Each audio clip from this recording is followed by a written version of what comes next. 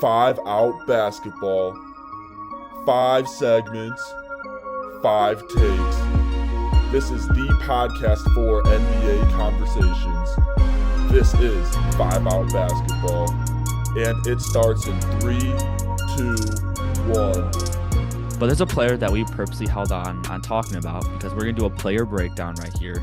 And we're going to talk about Zion Williamson. And right off the bat, Zion Williamson is not fat, and we need to stop disrespecting Zion Williamson. Everton, how much weight has Zion lost? 25 pounds. A whole 25 pounds. You want to know what happened when he lost that 25 pounds? They said, know what? You're a point forward now. And man, has that changed the Pelicans. Zion in his past 14 games is now averaging 25.6 points per game, 6.6 rebounds per game, 4.4 assists per game, all still on 58.9% shooting. And I know they're 8-6 in their last 14, but that's because they're on a 3-game losing skid. So it was really just 8-3 for those 11 games. And the Pelicans look like a whole new team with this change with Zion. Yeah. Obviously his all season numbers are 23, 6, and 5 on 58% from the field. He shoots 37% from three, but we clearly know bro does not shoot threes. But I guess when he shoots them, he shoots 36%, which is actually not terrible. That's solid. Like, that's solid numbers. Yeah, you know what I'm saying? And then free throw line, about 69%. Again, we kind of expected that. He's one of those Zion freaky ass number. Of course it is. Oh, I just peeped. I didn't even realize that. Zion would shoot 69% from the free throw line. I know he tells his woman that too. Nah, Loki's like, yeah, you know I shoot 69% from the field or from the free throw line. Nah, but Loki, you know, Zion. Now imagine what I shoot in the bed. You know, that's that Zion Riz. He has no Riz. You're so beautiful. Why are you so beautiful? What else really funny though? What? Like 90 seconds ago, I said we need to stop the Zion disrespect, and then we went straight to flaming. We haters. Nah, we needed to hate on that one. Not on his basketball skills, but on the off the court Riz. Yeah, he deserved that hate. Because no way, that was insane. But yeah, since the All-Star break, his numbers have pretty much stayed relatively the same. So, but obviously you did, the past 14 games, points went up, rebounds went up, assists stayed at 4, but that might not do him justice because assists aren't always the most telling stat. Of passing, yeah. And he's still 1% more efficient in the field goal range. Woo! But hey, when you're 0.4 now, you got more spacing. I respect it. It's a slight increase. Yeah. But so Everton, what's your thoughts on the Pelicans implementing Zion as a point forward? Is that ever something you thought would happen with him? You know, I'll say this: watching him in high school, I did see the athleticism has always been there. Like he's always been dumb fast. We obviously knew bro could jump, and his handle wasn't always terrible. There's a highlight of bro breaking somebody's ankles, so clearly his handle wasn't garbage. So I figured, okay, as he becomes a better ball handler, he could maybe be someone who could like do that. But I didn't think his passing was like that good. I never really seen Zion's passing bag like that. So I know we kind of see it in the Spurs last season. But because he did average like 5 assists or something, like 4 some assists last year. So I guess they kind of did it a little bit last season, but I guess they really went full into it now this year. So I guess as time went on, his playmaking got better, and I noticed it last year. But this year, I didn't think they were gonna go straight into he is literally a point forward. So I didn't see it coming. I thought he was really just gonna be like a playing off of a point guard kind of guy. But I respect the getting better. I mean, I really like it though, because I think it's cool when the Bucks do it with Giannis. They have him take the ball up the court and then he just sprints to the paint 100 miles per hour. Why not do it with someone that's bigger than Giannis? Like, what a simple I can't believe I didn't think about this. That's just such a genius concept. And Willie Green has just proven to be a genius this year. Definitely, he's not going to win it, but he's a coach of the year contender because he's been fantastic this season with the Pelicans. So I love that. But I want to ask you, Everton, with the new change, think of the top 30 list like in the future. What is Zion's ceiling? Here's this. So I wrote this down too. The scary part about what we've seen from Zion, just even in his career as a whole, with all the things that have like the injuries and stuff, we really just seeing the floor, which is kind of crazy. Like the expectations were there, and he was living up to them when he was really on the court. But we're really just seeing the floor of Zion, which is so scary to think that like, if this dude can genuinely stay healthy for like an extended period of time and continue to get better, because here's the thing, right? When you're constantly having to like come back from injury, you're only really going back to where you were, not getting better from where you were. You know what I'm saying? In a way. So I feel like we haven't really gotten to see the full extent of what Zion could be. So I feel like, if he can, like I said, stay healthy, continuously get better, could possibly be a top 10 player, honestly. Yeah. And I feel the same exact way. It's just Zion already had a super high ceiling, and now they've like unlocked new things for his ceiling. So who knows what it is? It's just the big thing we've talked about now. He's been healthy this season, but the health's always been a major factor when it comes to Zion, especially with a guy of that size. Gotta look out for them knees, man. It's gonna be a scary thing. It's also gonna come down to roster construction because like the Pelicans aren't gonna be a championship team, respectfully, even though they got some dogs on that team. It's a team I'm really excited to see this postseason. And Yeah. that's gonna transition my next thing. I'm gonna answer it first though, actually, is how far can the Pelicans go? Because the Pelicans, they might fall into the play-in. They're currently there right now, but it's tight because the fifth seed Mavericks are 45 and 30. The sixth seed Suns are 45 and 31. Same exact record as the Pelicans and the Kings. And then the Lakers are the ninth seed are 44 and 33. So just out of nowhere, this Pelican team can fall to the nine seed, and they don't have the easiest next six games because they get the Spurs, which is easy, but then they have to play the Suns and then they play the Blazers, but then they play the Kings, Warriors, and Lakers. So it kind of yeah, it sounds like to me the Pelicans playoff starts now Yeah. or technically tomorrow, I guess. Yeah. But so Everton, I think the Pelicans, if they can jump to a six seed, I have a lot more confidence. But if they fall into the play-in and have to play like one or two more games, I'm a little more worried, if, in all honesty. So I will say yes, because the West play-in is going to be a bloodbath. Hmm. But if they do get at the play-in, I do feel like they could be one of those top two. If it's not the Nuggets, any team but the Nuggets. If it's the Thunder or the Timberwolves, I'd give them a fair shot, honestly, to beat Absolutely. those teams. The Nuggets are kind of just the boogeyman at this point. Like you just Hmm. don't want to see them. But yeah, the play-in, it's gonna be tough.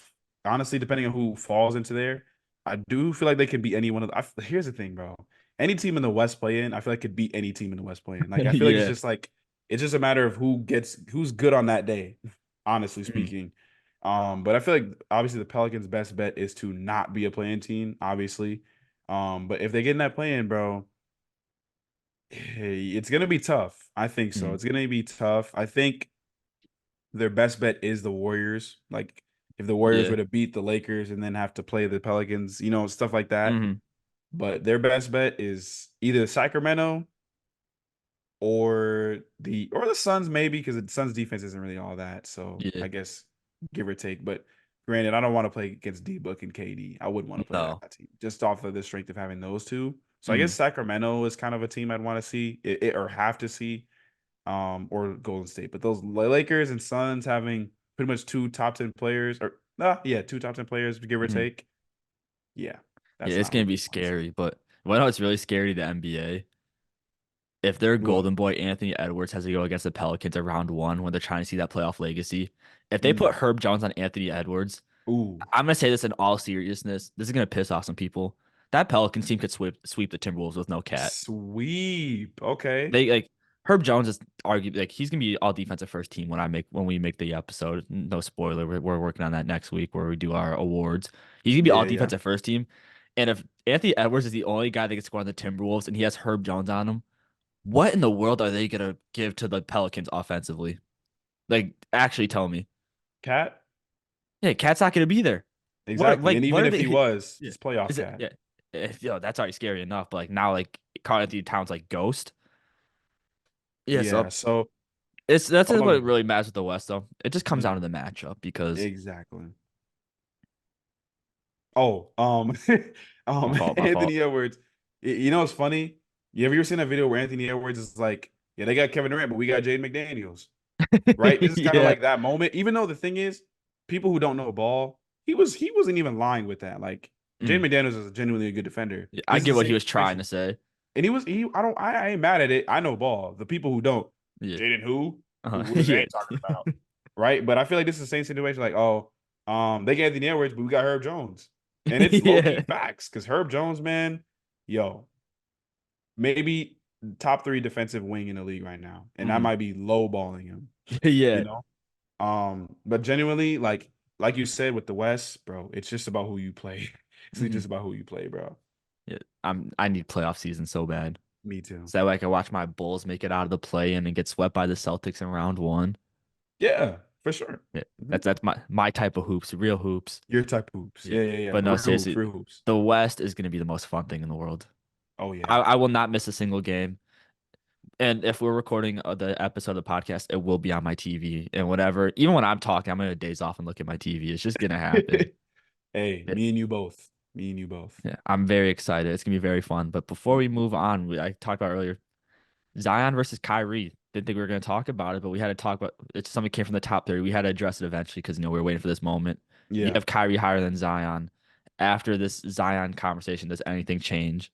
No, I still feel the same way. You have to keep in mind, we legit have not seen Zion in the playoffs. Like That is a he's very never good played point. playoff basketball. At least Kyrie's played playoff basketball. He's been on the championship team. And like I said, there's something to be said being the number two, like the best number two. I Mm. know it's a little arbitrary or it's like, oh, well, why can't he be a number one? But we haven't seen Zion prove anything as a one yet. So I can't even give him that kind of push as a number one. Whereas Kyrie, at least he's the best number two on a championship level team. And as a number one, they still were able to win games. They weren't just complete dog shit. Like they were at least a good enough team. So I'm not ready to put Zion over him yet. I'm not mad at anybody who does, but at the end of the day, I'm still taking Kyrie.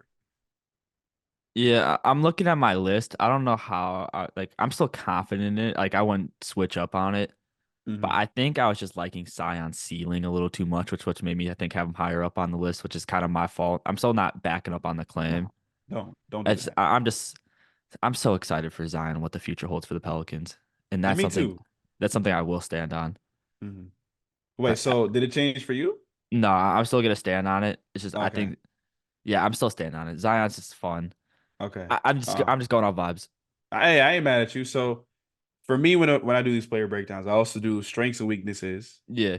Do you want me to just run into that? Yeah. Everton, I'm gonna give you a minute rant real quick because I'm gonna do a wardrobe change for the next segment. Oh, okay. Here, let Yeah, me cook. yeah, Everton yeah. Levy Cook. show. Let's do it. So for my strengths with Zion, obviously strength is a strength. Athleticism and ironically playmaking. So, you know, Zion's always been a really big dude, so he's translated that to the league, and it's been one of his, calling cards. Athleticism, bro. He might not jump like he did in high school, but Zion can still get up. I know y'all seen that lob where he caught it back here. Zion can still get up. And then obviously he's opened up a playmaking bag, which is impressive too. Like that's a great skill to add to his game. So I think that's honestly become a strength of his. Weaknesses include shooting, which, for players like Zion, I don't think it's a huge deal. Like we always say the whole he needs to become a better shooter, but I feel like in Zion's case, it's not that big of a deal. Defense isn't really a strong suit for Zion yet. Hopefully, as he continues to, get better, he can become a better defender. And then rebounding also isn't a big thing for Zion yet, which, you know, I would like to see him grab more boards, but at the end of the day, if you can have a good enough center who's doing that dirty work, you ain't got to force Zion to do it. And then another thing is health. Now, he's been healthy this year, obviously, but like I mentioned before, the reason why we haven't even seen Zion's ceiling yet is because he's always having to work his way back up to where he was before.